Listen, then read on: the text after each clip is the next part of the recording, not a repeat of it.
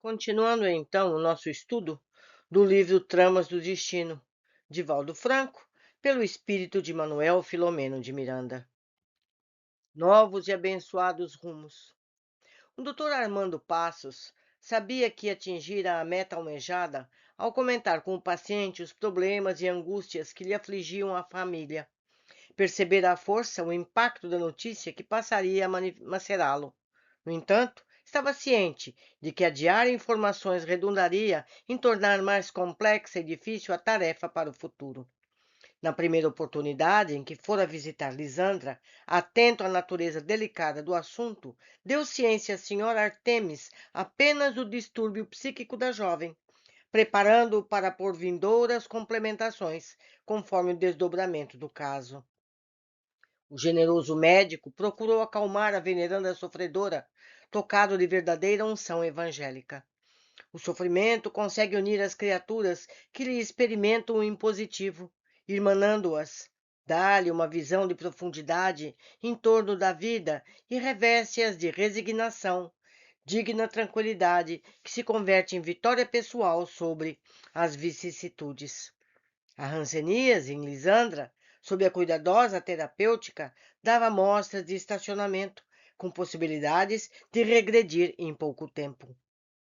Ao constatá-lo, o médico alentou, com a esperança de que todos temos necessidade, ansiosa mãe e devotada Ermelinda. Embora sabedoras de que prognósticos precipitados raramente se confirmam, as duas mulheres, em júbilo espontâneo, não puderam segurar as lágrimas. Afinal, a alegria que conforta diminui a carga da amargura que asfixia o coração. Depois de vários anos em que o infortúnio perseguia a aflição, revezando-se naquele lar, pela primeira vez lucilavam esperanças. O pão que restaura as forças do sofredor deve ser preparado com o fermento do otimismo, a fim de nutrir posteriormente. Caso a filha se recuperasse, pensou a senhora, não seria necessário notificar o pai, que, ignorando o tipo de pesadelo que mortificava os familiares, teriam diminuídas as próprias penas. Nesses dias, Cândido passara a oferecer mais ampla assistência espiritual ao seu pupilo na colônia. O enfermeiro, portador de sensibilidade, sabia-se interexistente, ou seja, se relacionava facilmente com as esferas espirituais e física, percebendo os comandos do mundo espiritual em direção às esferas físicas. Registrava pela intuição aguçada o drama precedente que envolvia os Ferguson. Simultaneamente, experimentava o estímulo de entidades espirituais superiores, interessadas no auxílio do anceniano. Aprender a transitar pelo fio da navalha entre os seres humanos e os espíritos, conseguindo, pelas disciplinas morais e evangélicas a que se impunha, o êxito esperado em tarefas de tal relevância. Assim, deixava-se docemente conduzir ao enfermo e não se cansava, dirimindo dúvidas, esclarecendo interrogações, ampliando informes, oferecendo luzes novas ao entendimento limitado do amigo, não afeito às reflexões espirituais. Lentamente, graças à lógica e à robustez dos postulados espíritas, a par da cota despendida pelo expositor, em paciência e fraternidade, Sr. Rafael assimilava a doutrina libertadora com a mente e os sentimentos, procurando incorporá-la ao dia a dia da existência. Naturalmente, ante os propósitos de modificação espiritual, os inimigos desencarnados aumentaram o cerco nos painéis mentais do antigo sicário, que, advertido antecipadamente pelo amigo e benfeitor, mesmo sofrendo, passou a armar-se com a vigilância e a prece. Técnica soez nos problemas obsessivos, esclarecera Cândido em ocasião própria.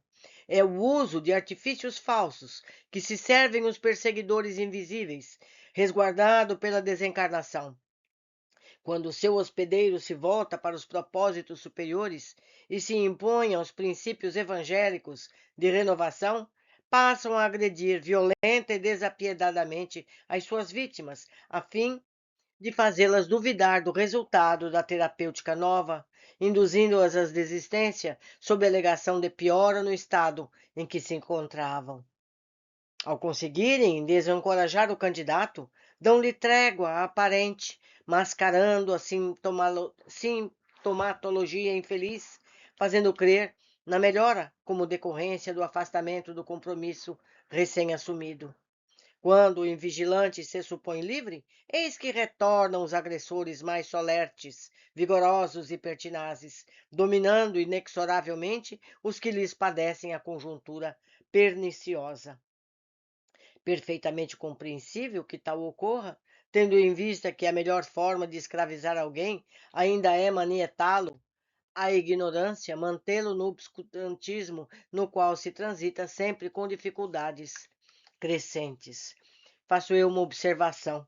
Devemos então estar atentos, pois já conhecendo essa prática dos espíritos ignorantes da verdade, precisamos persistir nas práticas de equilíbrio espiritual, até que os espíritos infelizes entendam que estamos buscando a evolução pelo caminho da verdade de Jesus. E muitas vezes, meus amigos, esses que são, no momento, obsessores, passam a também se evangelizar e passam a ser protetores daqueles que um dia perseguiram. Então, cabe a cada um de nós trilhar no caminho da verdade, do bem, ensinado por Jesus. Continuando. Não obstante a forma como os irmãos infelizes do além-túmulo agem em relação às suas vítimas, também investem simultaneamente contra os que lhes estendem mãos amigas, provocando a irrupção de problemas no lar, no trabalho, na rua, com que objetivam descorçoar o ânimo desses abnegados agentes da caridade e do amor.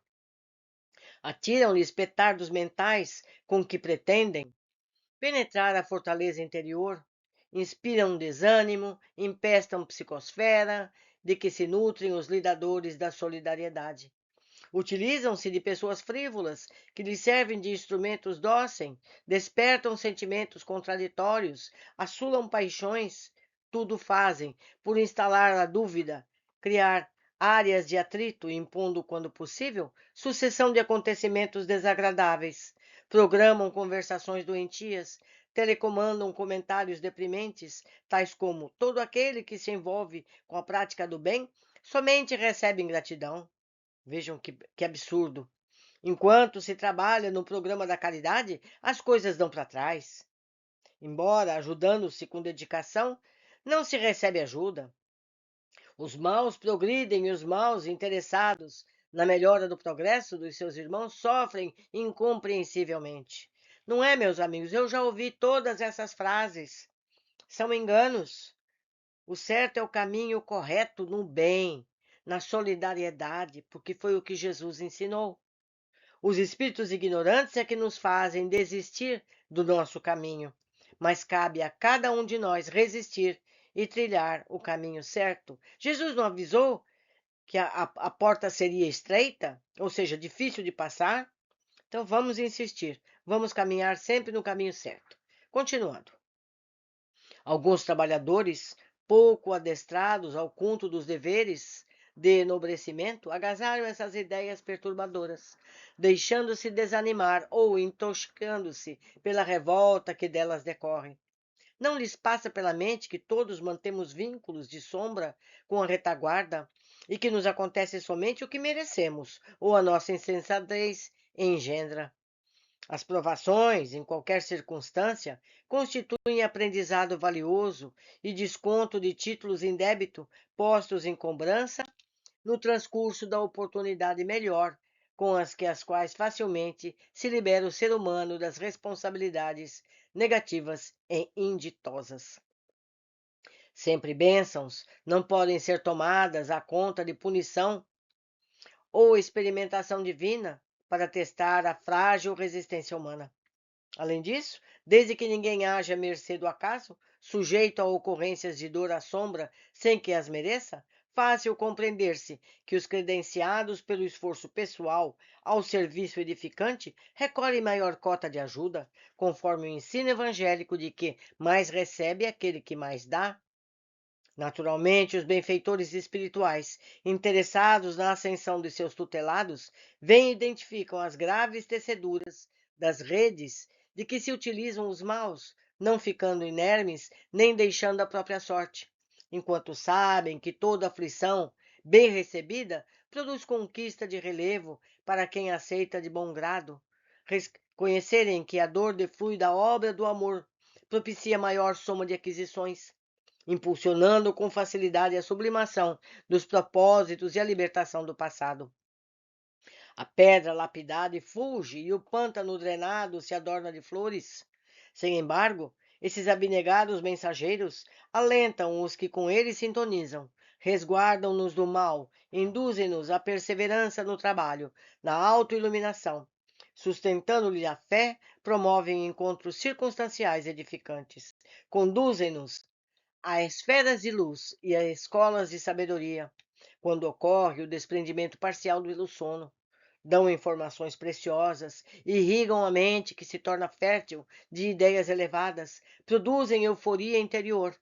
Não afastam, porém, os problemas nem as lutas, por saberem que, através de tais lutas, melhormente se purificam e se elevam. Como a terra é também preciosa escola, tudo se transmuda em ensinamento, em cuja conquista se devem investir todos os valores possíveis. Assim sendo, o combate agora se trava mais rigoroso em face ao interesse dos inimigos do Sr. Rafael por mantê-lo encarcerado na animosidade, na ignorância em que se evadia a distância do espiritismo. Da mesma forma, Cândido se revestia de maior vigilância, já que no trabalho de socorro desobsessivo, direta ou indiretamente, aqueles que se envolvem são convidados a se perseverarem em recato espiritual, prece, com cuidados especiais. Os mesmos ardis tenebrosos eram concentrados pelos adversários de Lisandra, que, todavia, ante a assistência direta da mãe, auria forças morais, em considerando-se a sua hierarquia e ascendência espiritual. As boas novas sobre o estado da filha fizeram-na diminuir as tensões, dissipando as carregadas sombras em que se envolviam suas preocupações. À hora do repouso, sentindo-se quase jubilosa antes da prece habitual, debruçou-se no peitoril da janela do quarto humilde, por onde olhava o amplo quintal arborizado, fronteiro ao da filhinha, enferma, aspirando o ar balsâmico da natureza, deixou-se arrastar pela magia das recordações. A noite tranquila, estrelada, era convite divino para aquele momento. Opressa por desconhecida saudade, uma melancolia profunda provinha-lhe de recônitos do ser, parecendo-lhe transcender aos limites físicos. Mesmo assim, recolheu as lembranças sem qualquer amargura, as evocações mais pungentes, com serena postura íntima. Não acalentava nenhuma forma de revolta, nem se considerava inditosa. Sabia que o casamento, como a maternidade, são compromissos santificantes, através de cujas responsabilidades a mulher especialmente se eleva e sublima os sentimentos. Na conjuntura oportuna, afirmava-se a ausência de arrependimento pelos deveres assumidos e a disposição de que, se lhe fosse lícito tudo recomeçar, novamente se candidaria ao mistério, confiante em Deus e tranquilamente. Naquela hora, as aflições lacerantes encontravam-se diminuídas, permitindo-lhe que a solidão, somente essa, lhe pungisse a alma sensível. A singular sensação doía-lhe e, ao mesmo tempo, lenia, como se acompanhada de uma certeza intuitiva de que voltaria ao lugar de onde proviera, mais harmonizada e mais feliz. Não se dava conta, no passar das horas, naquele estado de espírito no qual se romperam as barreiras objetivas e as esferas metafísicas se dilatavam, permitindo a quem se credencia vadeá-las adentrar-se nos domínios de vibrações que lhes são inusitadas, impossíveis mesmo de definição, de onde retorna renovado por cargas de poderoso magnetismo e de energias restauradoras. Alguns momentos de vivência psíquica, nesses abençoados oásis de paz e saúde espiritual, produzem mais benefícios e ótimos resultados do que habituais períodos de estações hidrominerais de recreações comuns. Grande bem-estar apossou-se da senhora, que se recuperava com o silêncio exterior e recebia o salutar vigor que lhe provinha da meditação. Enebriada pela primeira vez, orou sem palavras, agradecida ao Pai Criador, a fortuna do momento e as dores de todos os dias. As lágrimas que transpunham as comportas de seus olhos antes procediam dos júbilos infinitos no momento em que qualquer sofrer contido. Automaticamente, desejando alongar a dádiva e fixada para sempre na alma, recolheu-se ao leito com cuidado, como receando quebrar a delicada ponte que mantinha naquele abismo de felicidade. Tão logo o fez, adormeceu, magnetizada pela mãezinha, ali presente, responsável pelas graças auridas que criara a psicosfera ambiente e impregnara de fluidos superiores, a fim de ajudá-la a transpor as barreiras e as densas vibrações que se interpõem entre o mundo físico e o espiritual, dificultando o acesso dos que aqui transitam na direção daquele. Muito cômodo, portanto, foi para dona Artemis, provida de forças psíquicas, desvincular-se do corpo através do sono, custodiada pela vigilante e nobre mãezinha. O desprendimento superior não lhe dera um tentame novo, vivendo mais para o dever, para o espírito, com débeis fixações materiais. Fácil lhe era, durante o repouso, afrouxar os liames que retêm o espírito ao corpo e correr, célere, na busca dos interesses da esfera imaterial. Desta vez, porém, deveriam ficar impressos nos painéis da memória quanto ocorresse, a fim de se transformar em lembranças ditosas a confortá-la pelos dias sucessivos. Logo se desembaraçou das forças densas da carne, defrontou a veneranda senhora Adelaide num recinto de luz, florido e belo, não sopitando as exclamações de surpresa e felicidade. As palavras empalidecem o significado quando se propõe definir as emoções elevadas do espírito. Louvemos ao Supremo Pai, antes de outro procedimento, filha querida, convidou a entidade ditosa. O nosso permanente amor jamais esteve interrompido nestes anos todos. Temos estado juntas, embora nem sempre te possas recordar. Quanta dorida saudade, mamãe! Eu o sei, também eu a sofro. Aqui no céu, onde você se encontra, a saudade faz morada? Não nos encontramos no céu, minha querida. Não o merecemos. Ainda estamos na terra, e os círculos de luz onde muitos seres felizes operam, no ministério de ajuda aos seres humanos, estão longe de ser o paraíso que nenhum de nós, por enquanto, merece. Mas onde está o amor presente, a saudade dos seres amados, não se distancia. A diferença é que entre nós, os desencarnados, que já possuímos responsabilidade em face da lucidez quanto aos nossos compromissos, não nos deixamos prender pela amargura nem pela rebeldia. Aprendemos a esperar em confiança e amar sem exigência ou precipitação. Não consigo esquecê-la em todas as minhas rudes agonias, acompanhando minha filhinha vergastada pela morféia e o caminho da loucura. Lembro-me, chame por você com o coração a explodir de angústia superior às minhas forças. Tão débil a minha menina, no entanto, a despedaçar-se qual uma flor em botão que não logrou desabrochar, e já o vendaval a estiola. Ouço-te chamando-me e misturo as minhas com as tuas, as preces da nossa querida Ermelinda, filha também pelo coração. Abraçamo-nos nessas horas, refundimos nossas forças em Jesus e na proteção da nossa augusta Mãe Maria, suplicando coragem, paciência e fé, a fim de podermos prosseguir no dever até o momento final, quando se conclua a aprovação. Unidas, ascendemos felizes. No mesmo caminho, envolto, Gilberto e Rafael, nossos diletos, sofridos filhos. De fato, não fosse a presença de Ermelinda ao meu lado, eu já haveria tombado, sem luta, sem quartel. Por isso, suplicamos ao Senhor que a encaminhasse ao vosso lar, conseguindo a quiescência que não merecemos por falta de valores que sabemos não possuir. Punjo-me a incontida saudade, a ausência do esposo, a impossibilidade de vê-lo, de ouvi-lo, de poder consolá-lo, conforme se impôs em tácita proibição. Tudo, porém, minha filha, é possível àquele que acredita. Saudade incontida, que convertemos em dor resignada, procede de te encontrares na terra, em exílio purificador, que solicitaste, a fim de libertares velhas dívidas junto àqueles que hoje te compartem o lar. A alma que se vê aguilhoada aos humanos limites recorda, inconscientemente, os dias ditosos e a região amena cá existente, onde fluía a ventura, e se entristece, ignorando a razão.